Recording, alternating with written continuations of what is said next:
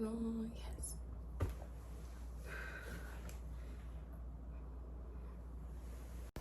Where have I been? I think it's more of a question of what I've been doing.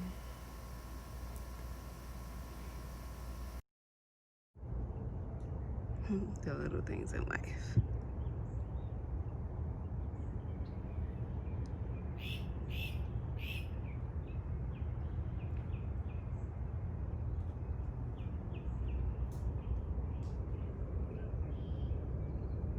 This is like the perfect place to choose to stay for like meditation purposes. Like, look, we even got the Buddha. They take extremely long walks, exercise, and so that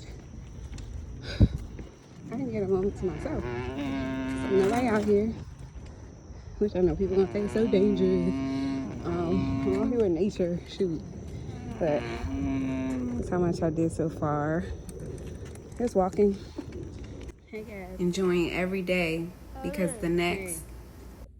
So today is one of those like really rough days where you gotta like pretend that you're okay, but you're not. And I've been like probably like the bitchiest person ever, but I'm in like so much pain, like so much pain. And it's hard to even like say where the pain is. It's just rough. You can't ask nobody for help because I can't really help you. And there's nothing you can do. Like pain medicine's not doing anything, and you just don't know what to do. You're just miserable. And I'm not getting really any breaks right now with Gabby. Like I have her constantly right now, so it's just rough, like really rough. It's not day one of this, it's like day 14 of this. Like it's just worse today, like the worst day I've ever experienced with having MS. Like this is the entire like worst. Well, no, I take that back. The worst day was after the spinal tap, but this is the worst day. That's just caused by my MS and not something else. Welcome back to my channel, guys. This episode is a little more subtle, and it may like, I don't even know. It's probably gonna evoke different emotions because, you know, like right now is probably at a time where mental health is so important. So this episode is about maintaining.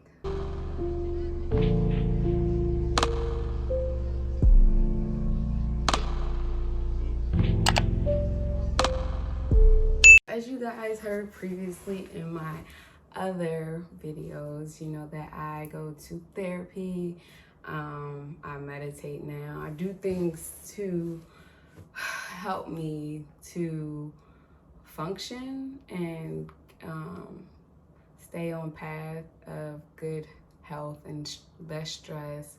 When I was diagnosed, it wasn't, it definitely caught me off guard, and it was at the like, I would say the worst time, but technically there's no worst time because you never know what God's gonna put in your life. But I was going through so much at the time, and I didn't know why I was going through so much at that time, and a lot had to do with me, just how I was feeling. I wasn't feeling like myself, and caused a lot of depression and a lot of times where I just wanted to just like bounce. And it may sound super bad, but like that's what this episode is. It's just what's really real. A lot of people are scared to say certain things because they're scared of how they're portrayed, or that people are gonna think they're crazy. I don't care right now. This is like laid all on the table.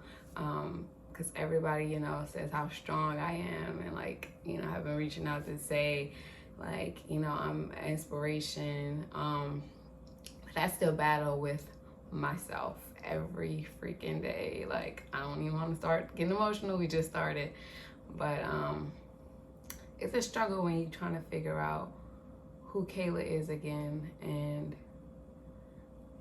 going through like the struggle of every day it changes. One day you could be good, the next day you are literally laying in bed and you don't want to move. And you can't tell Gabby that, like, you can't say, Gabby, look, I need a day, you know? But you have to push through. It's such a unseen illness, like you can't really see it, so people really don't understand when I'm going through it or having my days. Like sometimes I just go to sleep and I want to be interactive, I want to be doing stuff, like I will fall asleep at a party and I can't control it, and it sucks because I feel like I'm withering away my years sleeping sometimes. Like, so I'm in like extreme pain. My legs hurt so bad, and it's just like, it's nothing I can do. I can take like a Tylenol or something, but it don't work. And I don't like to like walk around and talk about how I'm in pain and stuff. So I have my moments in private, like when Phil's not here or like Abby's not around. And like sometimes I have to like sit here and cry because of how much pain I'm in. And it's just more so of me not being able to like ask for help and me still coping with the fact that I have MS.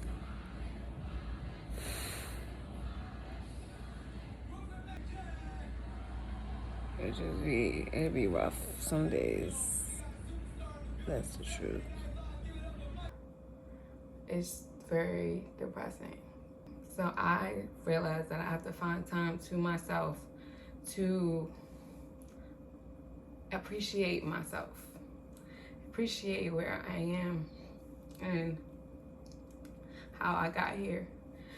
I try to keep myself surrounded by good energy and having and creating memories that, you know, will keep me uplifted later when I'm going through my relapses or my pain or my depression. I have to push through every day, so I just try to seize every moment I can.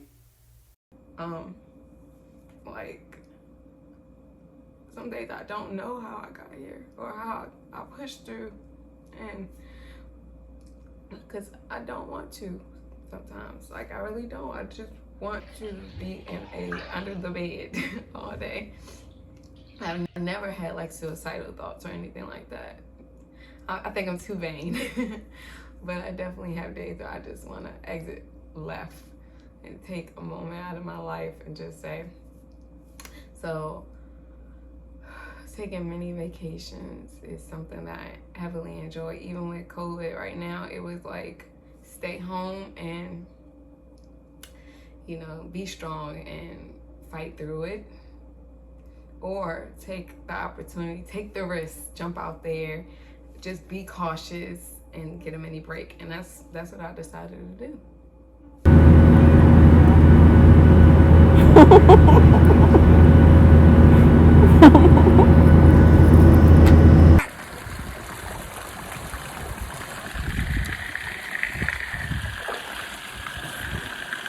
And wildlife is just like beautiful. That's like one part of it. A nice 2-day getaway to maintain my mental health. At first I was like, if I catch COVID in Florida, we all going to hell. Like, this going to shit.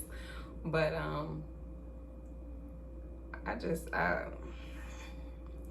it is what it is. I mean, I can stay home and catch COVID. I can get COVID from Gabby, whoever Gabby's around, or like who her dad's around, and pass it like asymptomatic.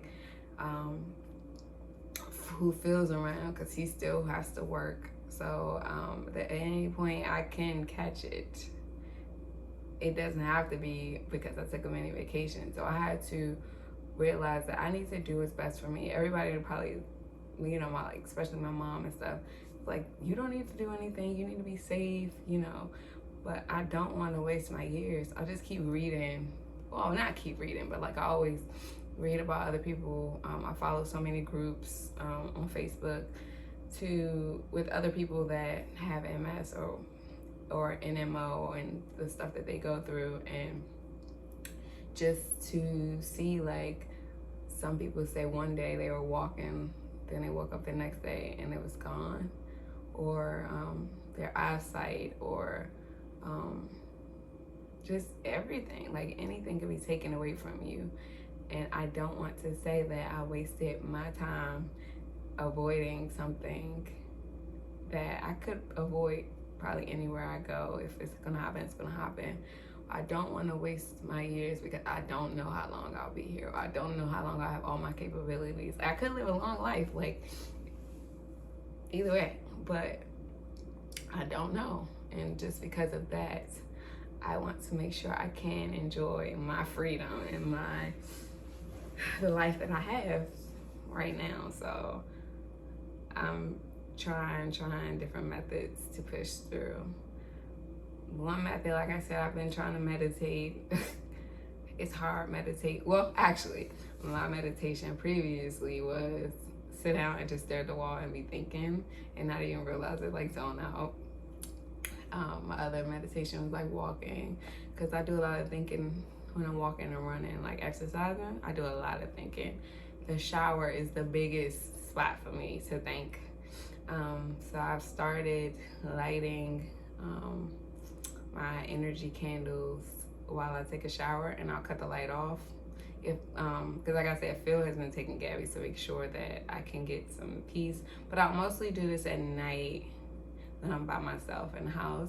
I'll cut the lights off in the bathroom, cut the shower on, light the good energy candles, and I'll sit on the side of the shower and just have a moment to like zone out, empty thoughts, no thoughts, and just relax, just like with the water bursting hot. The other thing I do to maintain is working out. I've been doing terrible with working out lately because it's getting so hot outside, and heat and MS do not go together. It sucks really bad. Like, I will flare up big time. It's a random flare up. So like, I'll be feeling okay, and then in the heat, okay, then get back in the house and I'm like out, like I have to lay down like and go to sleep. It just drains me. I feel nauseous sometimes from the heat. I'm trying to be better about talking and asking for help. That's probably the hardest one. I don't like asking for help, and because it's not like I don't want nobody to throw it back in my face, but it's kind of that. It's just like, I don't want to cripple myself.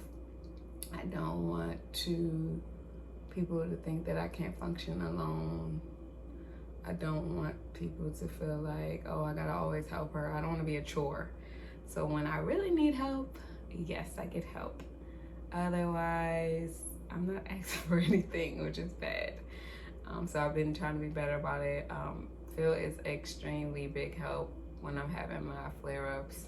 It's now like the untold, unseen, unsaid thing in the house where like he can tell when my energy's off, which is really good because I don't say anything, and he'll let me just do what I do. He'll stand back. Some days he'll say something, he'll be like, you okay?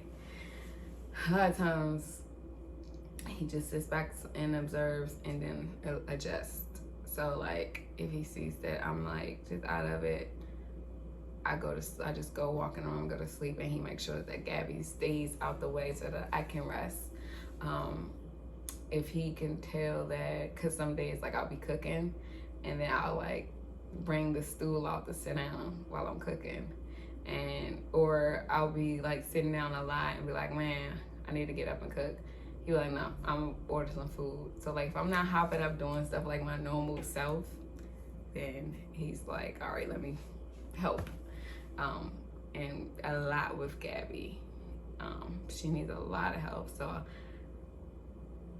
when he's not home, she's actually more chill because she looks at him like a play toy sometimes. But Gabby, I think, can sense my energy too, especially when he's not there. And she will chill out and relax, and she won't do too much. I'm not saying this is a regular thing, because some days she just don't care. But so good morning. I am on my way to the doctor's, John Hopkins. So what I have been experiencing. So wait, first, I follow a lot of MS groups and groups for MS treatments on Facebook. And so I look on there to see like the similarities between me and others, and like the differences and the things that people are going through way far worse than me, or that I'm going through far worse than others. And just to see, you know, the relatability, like see a cause for alarm and stuff. So right now what I'm going through with all my pain and stuff is what other people on Ocrevus, my treatment, call the crap gap. So it's the time period before your next treatment, and so it's like in between. So it's almost like people say that the medicine's out your system, so your symptoms come back. The crap gap leads up to your new treatment. My new treatment is in about 2 weeks. I actually got it moved up because of the stuff I've been experiencing. It was actually scheduled not until the end of August. I couldn't wait that long. So I have to get an MRI before I could even get this treatment. So trying to schedule and reschedule was a hot mess, but I was able to pull it off. So I get my MRI next week, and then my treatment is the following week. But in hindsight, I haven't been sleeping well. I haven't had really an appetite. I've been in crazy pain. I have a high pain tolerance, so it's hard to tell when I'm in pain. I don't really talk about it. I'm like still have a hard time looking weak, and like that's why making my vlog was like really a big thing for me, because it was like making me look weak because I'm sharing all my problems. And I mean, that's a personal thing. I know that everybody else is like, no, you're strong for doing it, whatever, but yeah, it's just like that vulnerability, you know, it's hard. So I reached out to my doctor and let my doctor know that I've been going through a lot of pains. I've been hurting. Sister girl been hurting. I'm hurting right now. Like my back is hurting right now, and my legs are hurting. I'm drinking just to get to sleep, and it doesn't last. So like when the alcohol finally wears off, I wake up and I'm in pain. So like around 1, 2 o'clock, I'm usually up, because I probably start drinking like 8, 9, which is bad. I should not be seeking alcohol for pain. So I reached out to my doctor and let my doctor know how serious my pain was, and he contacted me back immediately and was like, you should not be going through this right now. The pain should the medication, the treatment should actually still be in my system, and I should actually be able to function like I was. Like all my symptoms that had went away should not be coming back. And it's not even that all my symptoms that went away are coming back. I actually have new stuff. Like my leg pain is new. I didn't have leg pain. My arm pain, that's what initially, and weakness is initially what got me to the hospital the first time. But this time it's like it's on both sides, and it's like I would say more of a nerve pain. Like it's a different type of pain. So my pain is in my legs that will like radiate. Well, it goes like from my lower back to my thighs, and like kind of where my joints are, like my knees. And then if I have it at the top of my back, it will go up to my head and cause migraines. I don't even normally get into migraines. I never did. I never really got headaches like that. So this is very new. Yeah, so, and like my left arm is hurting right now. But yeah, so my doctor was like asking me, did I have any like feelings of an infection, like a UTI or you know, any kind of infection. I'm like, no, I feel fine. Like I don't feel fine, but you know, no, I don't feel like I have any kind of infection. because I think I told you all previously, when your body is fighting off an infection, when you have MS, it will cause you to go into a flare-up because there's so much stress on the body.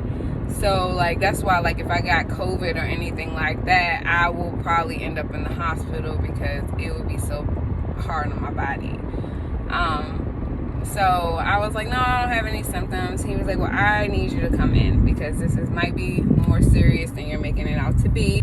He thinks that I'm having another flare-up, which could cause new lesions on my spine, which is taking me 6 months backwards.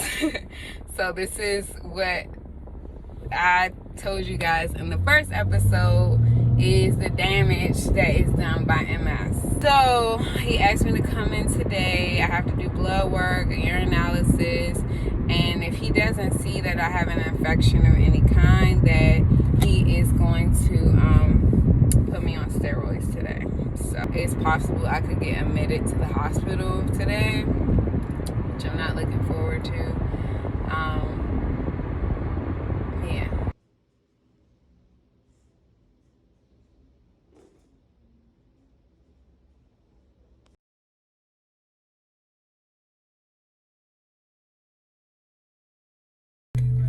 Okay, so hours later, my doctor said that he thinks that it is possibly a flare-up, but a small one that of course will grow. So he wants to stop it now before it gets worse. So I had to do blood work and a urinalysis just to make sure that it's not anything else, like I told you. Oh yeah, my little having screen crap. Just to make sure that it's not anything else before he treated me with steroids, so he could treat everything. So like he tested me for every freaking thing you could think of. And he also tested me again for lupus because my pains and where they're located is very close to lupus. Like it's close to a symptom of lupus. And like I told y'all previously, they have been having a hard time to like definitively diagnose me. So I'm taking all kinds of tests to get a like set in stone diagnosis. And like I told you, I'm gotta get a sleep study done, see if I have narcolepsy. So like I'm just all over the place right now. They even checking me again for Lyme disease to make sure I don't have Lyme disease, because Lyme disease can give you symptoms very similar to like MS or like autoimmune disease. So they're checking me again for that. Hepatitis, HIV. So I get checked for hepatitis, HIV, like AIDS, like all that stuff. Anything that can already mess with your immune system, because every time before my treatment, because with my treatment it can make it exacerbate. So I'll get my treatment and I have HIV and it can completely not kill me, but probably speed up the course or anything. But of course I don't have any of that HIV, hepatitis, none of that. I don't have anything. I got tested like a million times for it, like when I was in the hospital last time. Every time I went to the hospital, and they test me every time I go to the doctor. So I don't have any of that. They just have to make sure that I don't have it each time, just to make sure. So your girl is tested on a daily. Like I'm tested more than the normal average person probably. But so yeah, so treatment wise, I'm going to be getting prescribed a high dosage of steroids, which I would normally get in the hospital, but he does not want to admit me, especially because of COVID and stuff like that. I think maybe on a normal day he might have, honestly, especially my symptoms and stuff. During my exam, he's realized that my legs are like really, really weak, weaker than normal. He was like, yeah, he think that something's coming, so he wants to put me on high dose steroids. So your girl gotta take 25 pills a day for 3 days. Then after that, I would do like 6 pills. So then it's kind of like to wean me off. So then after the 6 days, so I'm gonna be at 12 total days of steroids, but the first 3 days are like the seriousness. He did say that I'll get nerve pain medication if he finds that he can't treat my not my MS, my flare-ups and my pain. If he can't treat it with the steroids, then they'll give me nerve medication. I don't like taking pain medicine, but if I can't sleep and stuff like that, if I'm uncomfortable, I will take anything. So I just I know that I'm not gonna be the same Kayla that I used to be. I know that it's gonna take time for me to even establish who the new Kayla is, but I'm trying to get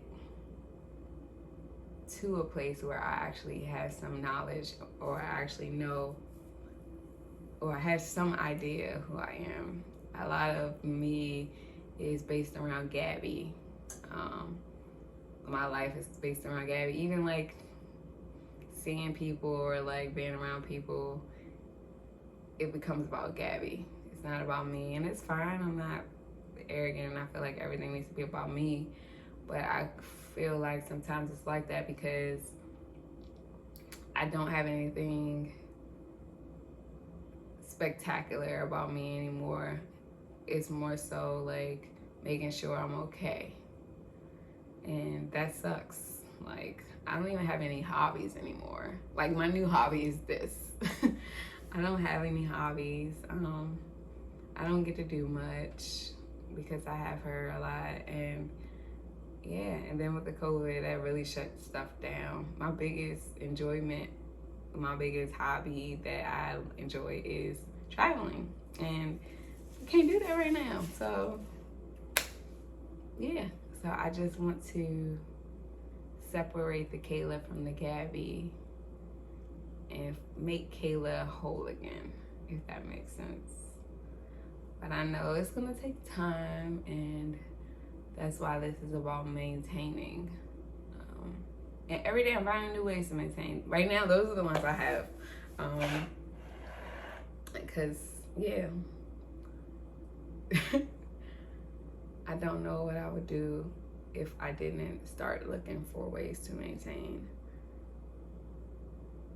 It's like a really tough thing, like constantly trying to get better, and your body doesn't want to get better, and you are battling with everyone, and nobody really understands what you're going through. You can't really talk to anybody to get them to understand, and you're almost like begging for help, like almost. But you don't want to beg, because I'm not a beggar, and like I said, I don't like looking weak. But it's just like, I would think people would understand what I'm going through, and understand, like, I know that you can't understand unless you're actually going through it, but I've been trying to be as, I don't want to start crying again and stuff, but I've been trying to talk to people more than I used to, and like communicate but more effectively, explain what's going on with me, and I have not been getting a positive response because everybody got so much other stuff going on. I understand with COVID, it's a lot for everybody right now. But I just been trying to prevent from going to the hospital. And like steps backwards for me was because I've been trying to prevent from this happening. I've been trying to take care of myself. I've been trying to work out and do everything that the doctor says will help my situation. I've been trying everything, and there has been obstacles in my way that I've just been trying to like push to the side, but I don't want to be making steps backwards. I know that MS is out of my control, but to a certain extent I can make it worse with things that are going on in my life or around me. So I just want everything to just kind of be at a like plateau, like just an even ground where I can manage it, it can manage me. Like me and MS are here, and it hasn't been that way lately.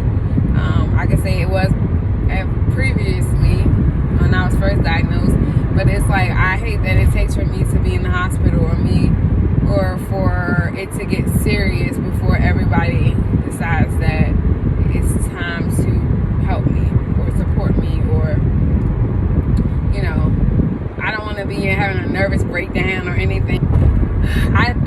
about running the hell away all the time. Like, I just be wanting to drop everything and say F it. And it sounds bad because I have Gabby and stuff like that, but I have contemplated it plenty of times. Like, I have literally got in my car and been ready to start driving. Like, it just gets tough.